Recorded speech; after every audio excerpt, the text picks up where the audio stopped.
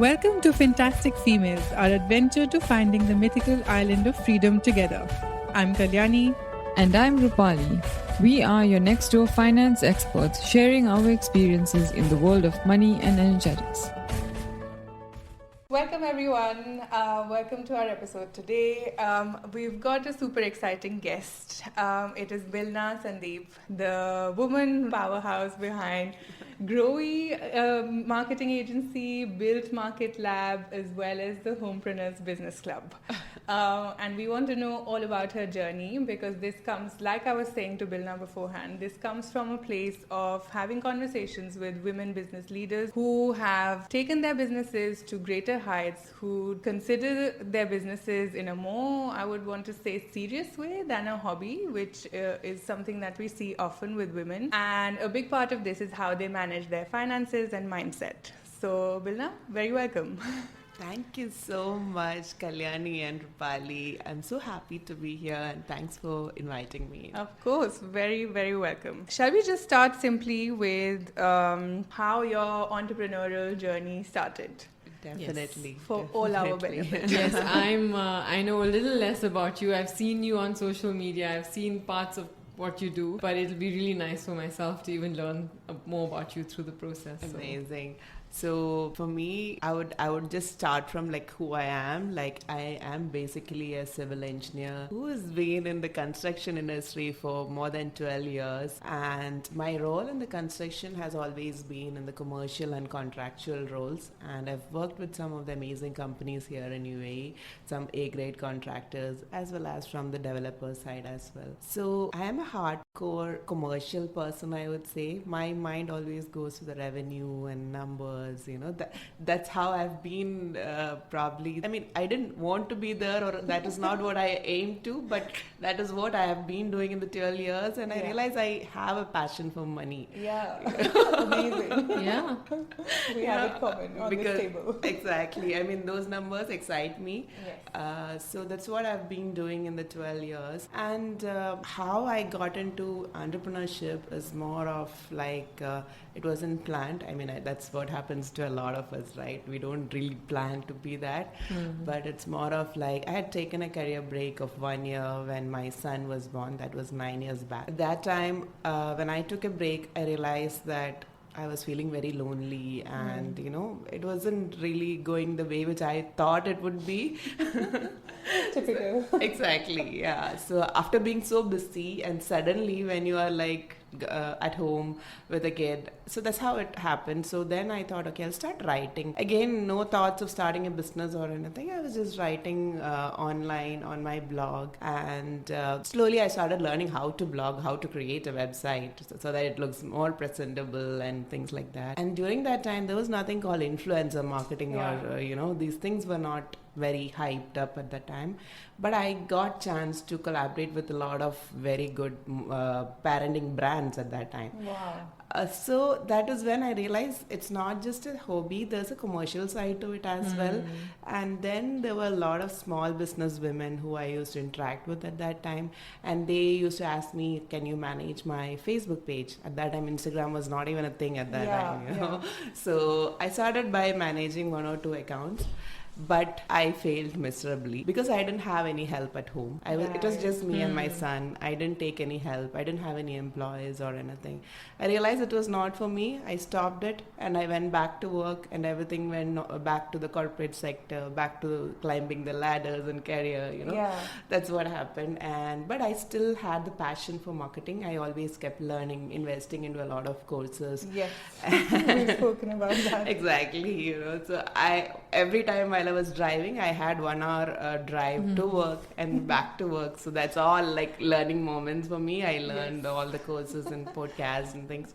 So that's how the marketing happened. And then the first thing that I started was, while I was still working, I launched Homepreneurs Club. So that is actually a platform, a small community where women entrepreneurs get a chance to network.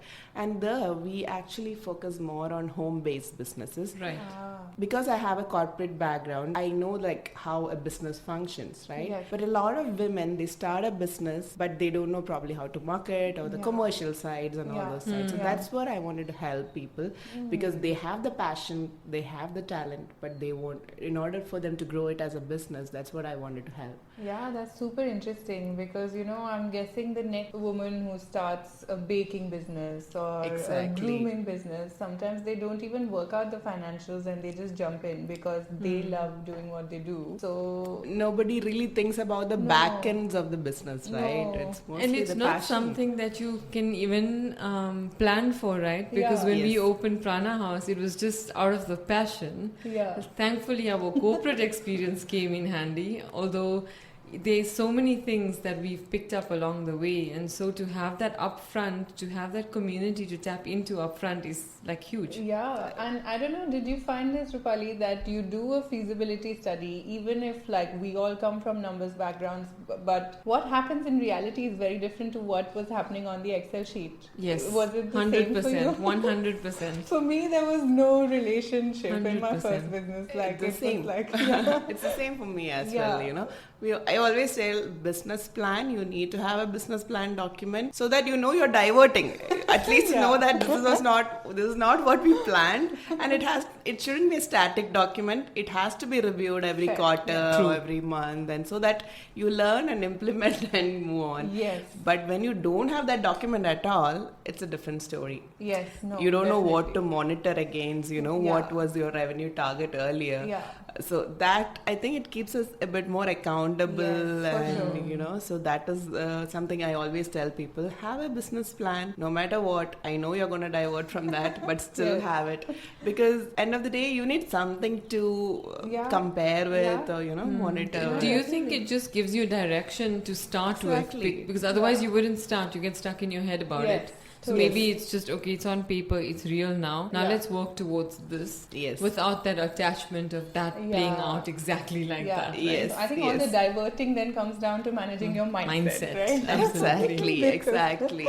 Yeah, okay. So that's very interesting to know. I also didn't realize that you started your journey with Homepreneurs Club. Yes, that's what I launched first. Okay. That is when I was still working. And then after 1 year of running the club, that is when I resigned and started my marketing agency. Right. So that was just 1 year back. So I just completed 1 year and 4 months. Congratulations. Thank you. So that was, of course, a very huge learning curve for like every business. The first year was when you learn a lot, you unlearn a lot, So that's what it was, the whole journey. So my marketing agency serves 2 major sectors. One focuses on the construction itself. Yes. Because I come from the background, so construction sector we serve, that is what we do in Built Market Lab. Yes. And the other one, Growy, we focus more on lifestyle brands, where we don't again take all the brands. It's more of like we do for e-commerce marketing. It's mainly paid ads and performance marketing for them. Nice. And for the other companies which require lead generation, that's the one we focus majorly on. Like business setup companies or, or real estate or these kind of companies, they need a constant flow of leads for their business development team to follow up. So that's where we focus more on in our marketing agency. Amazing. It's tough that entrepreneurs otherwise find hard to deal with, right? So you're kind of taking that burden off. My next question, and Rupali, if you have any other questions, please interrupt me. My next question was more to do with scaling, and I think this is pretty relevant because for context, I'd met Bilna recently for a coffee, and my first, I think, comment was noticing that she rebranded her business on social media, correct me if I'm mistaken, from Homepreneurs Club to Growy Agency, right? Yes, so it's like we had a general account called Homepreneurs. Yeah. So when I started marketing, I was first serving the home-based businesses again. Right. But we recently moved completely from focusing on small businesses to medium to large-scale businesses. And for the small businesses, we still have the club. So we started a separate account for Homepreneurs Club on Instagram. And for Growy, we started a new page. Yeah. So it was like a full pivot. Yeah, you didn't start a new page. You cleaned up your own Exactly, old exactly. page. She had years of wow. posts. And I was like, Bilna, that is so courageous to just clean the whole thing. Wow. We archived the whole account and started from scratch, yes, literally. yes. But with followers, which makes yes, a difference. yes. But again, what I tell the clients which come to a marketing agency right now is because the social media landscape has changed quite a lot, the organic reach is quite low. I mean, you guys have already probably noticed we hear this, this right? about this often. Yeah. So even on our agency also, it's not the lead generation part of our business. It's more of our portfolio, more for people to come and see. But our leads also come through different channels. Like we have done it for networking. It comes through our paid ads itself, our funneling system. We have a whole sales funnel. So it's not just Social media. the social media. Yeah. So which is why I was not scared to lose that because I know it is more of a portfolio plays unless some posts are going to go viral or even then you cannot guarantee the kind of followers that are going to come to you. It's not the targeted ones, right? It could be some random people who come and follow you if you have a viral video. Yes. So that is the reason we offer mainly performance marketing because there we can target the exact kind of people that need to come and follow you. So this is why we made that focus and shift in our marketing agency as well, where it's moved to the paid ads and the performance, and it's always linked to the revenue. I think it shows, number one, confidence in your own product and your own work that you're doing for others. Yeah. And second, we're laughing because Fantastic Females has a viral reel. I think it has 45,000 views plus now. 50 I plus, haven't I checked. think. Oh, 50 plus. And it is simply a reel where I'm taking some oil. It was originally face oil, which didn't suit me, in my hand, and I'm putting it instead on my body. And it doesn't show me. It doesn't have any finance content, and we're getting views on it consistently. It's probably posted in Jan. Yeah. Out of a whim, not thought about it at all, and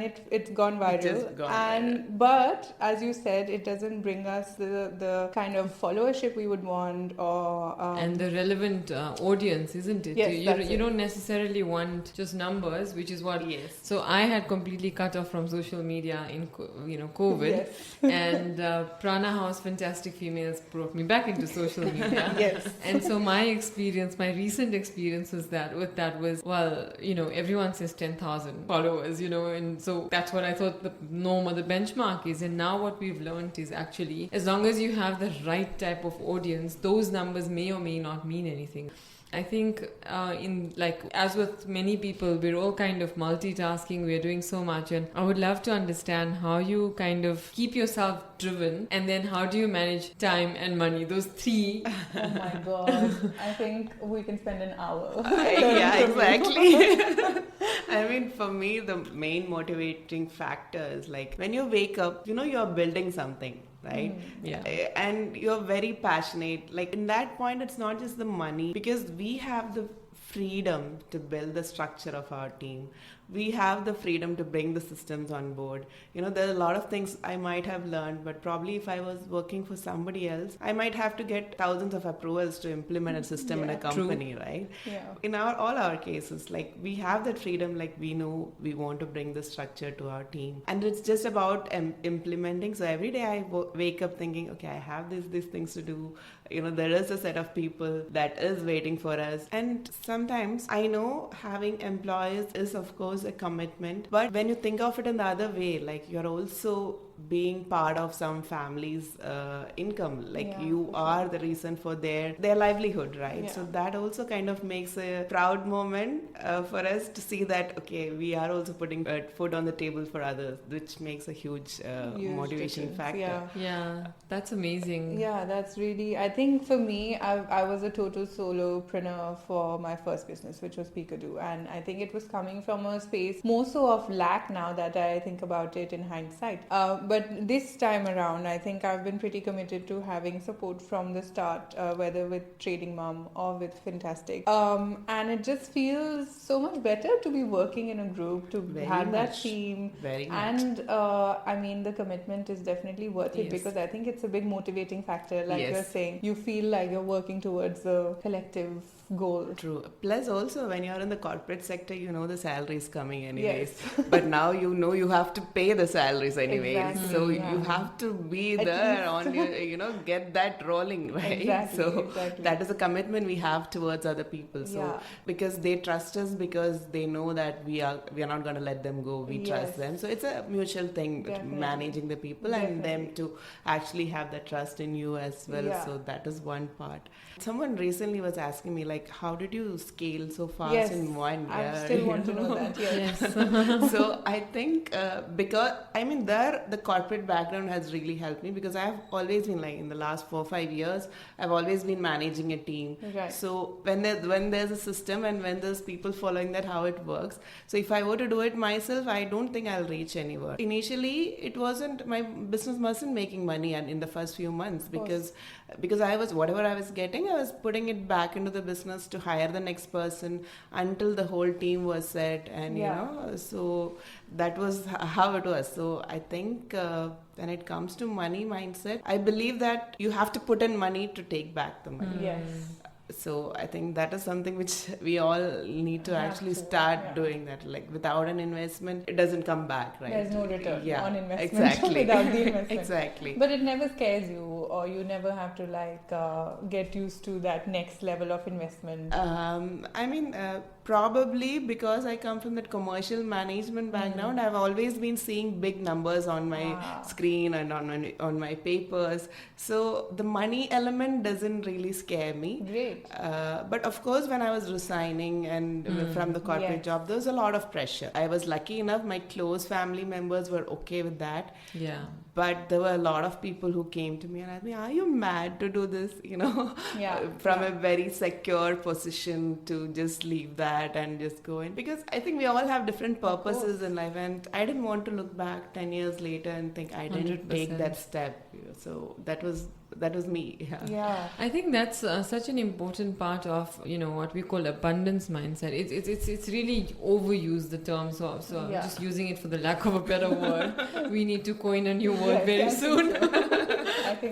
I think it's such an important part to let go of that, right? Yes. So, as with anything in life, when you surrender and you let go of that one thing you think is your safety net, you actually free up. You're choosing freedom over safety, which is quite liberating, actually. And then to empower other people to do the same, and you're growing you're steering your ship, but you growing it, right? And that's quite, I can imagine, quite a powerful thing. Yes, I too believe, whatever we can do from our side, either for our own team or for whoever comes in contact with us, if we can do our part in letting them go off that fear, I think that's the best thing we could do. Bilna, any tips you'd like to share from these early days? I would say you're still pretty early on in your journey, but you've achieved so much and you've reached a point where you're able to talk about a few months back as a long time ago, and how much you've grown from that.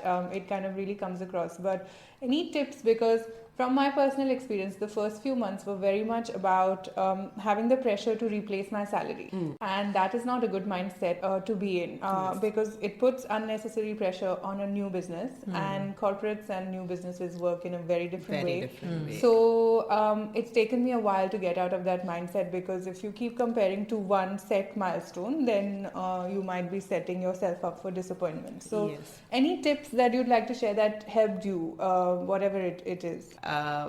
I always thought I was good at delegating. Yeah. Okay. So I keep telling people you have to hire people to delegate. Yeah. But actually, delegation is not enough, because you should be able to let that people work freely. Let go. You should trust that people and the systems and processes which you yourself have put in place. Yes. There is trusting the process. Same is the case with the money. If you, in your business plan, you have put in 3 months down the lane, this is the revenue that your company is targeting, and the deals are in pipeline, it's coming, it's closing. Like you said, it's a abundance mindset as well, right? So you have to first trust yourself and believe, this revenue is what you have set for yourself, and that is going to happen. So it's like money attracts money. For sure, So if we inside, if we feel like, no, I know it's in paper, but I'm not going to achieve that itself, your small negative thoughts will trickle down to your team as well. 100%. And it comes across to clients. Everywhere. On social the way you media. show up, the way you speak to the client. If you have that slightest doubt, it slowly starts showing up somewhere in the system. You don't know, unknowingly it just comes up. So for me, I believe in that positive mindset. So in the early days of my, when I started business, I came across this book, The Power of Subconscious Mind. Yes. I think you both know about it, right? So for me, that changed the way I was looking at things. Because earlier, even I was scared, because there's a lot of pressure that people put on you, just like you said, when you have the salary coming, then you also try to put that mindset, okay, I have to reach this milestone, I have to start earning the same salary. Yeah, totally. It connects with your identity then. Yes. You are your job. Yes. In your head. Yes, exactly. I found. I know, it's the same. I think it happens to all. I think you get brainwashed after X number of years where you think this is life and this is, you work until retirement and then you enjoy your life. Yeah. And also people that have resigned, actually I've noticed, they feel the need to fill their time up with an equal number of hours of something they consider productive in inverted commas. I found that for myself. I couldn't, even though I end up working more hours than I did in my corporate job, I found it so hard to take a break during the daytime, because daytime is delegated to work. 9 o'clock I'm on my desk, even at home. So if, by the way, I too do that, still do that. Exactly. I have a set working hour. I have 9 to 5. I mean, not necessarily at my desk. I set my meetings also within this hour. Fair, when I go out for meetings, I do the same, like within this hours I try to stick, because I don't want to do it after that. So of course. That I do bring that corporate culture onto myself still. Because but then do you find it hard to take time off, like if you're sick, for example? So initially yes, because it was affecting the business, because I was still setting up the systems, right? So I think when you start a business, first thing you have to plan is your exit route from the business, because what happens, you want to take a leave, you want to take a break, will it impact your revenue? It shouldn't, right? So you should have that systems. So I'm not saying I'm perfect, I can just go 1 month away. No, I am still not in that position, but now I know I can still maybe take 2-3 days off. It is fine. And maybe it's just spend 5-10 minutes a day with my team. That would be fine for now. But that point, it took 1 year to reach there, because you need to have the system, because you are also figuring out how to set up the system. Right? Nobody trained us on all this, so it takes time. So, and it takes time for us also to let go of that mind. Hit and trial, and you know, even getting the right staff. That is also huge. Yeah, sometimes you don't even know, like you need help. You don't know what you need. Yeah, you need help, but don't know who you need to fill in the gap. And there is a gap. But what do you need to fill it? Yes, working with people is difficult, isn't it? To like be able to communicate to someone and know that landed in the right way is the challenge, right? Yes. And I think to your point earlier, I was just thinking about why people kind of struggle releasing the control of, from working in the business to on the business. Is that also maybe not to do with these inherent fears within us? So this fear of failure makes you want to have it perfect. Yes. And there's no such thing as perfection. And there's no such thing as doing it exactly as you would, because maybe you were going to do it wrong. Maybe that person you've actually brought on board is going to do a better job than you, right? Only if you let them. And only if you let them. Exactly. And that's difficult. It's very difficult. It takes a lot of time to get into that mindset. On that note of letting go, let's end this episode as part 1 of our conversation with Bilna, with the second part coming out just next week. Stay tuned. So please share this podcast, leave your reviews, your comments to support us on our journey. We are so passionate about making your lives more abundant with this information. Please follow us on all social media platforms at Fantastic Females.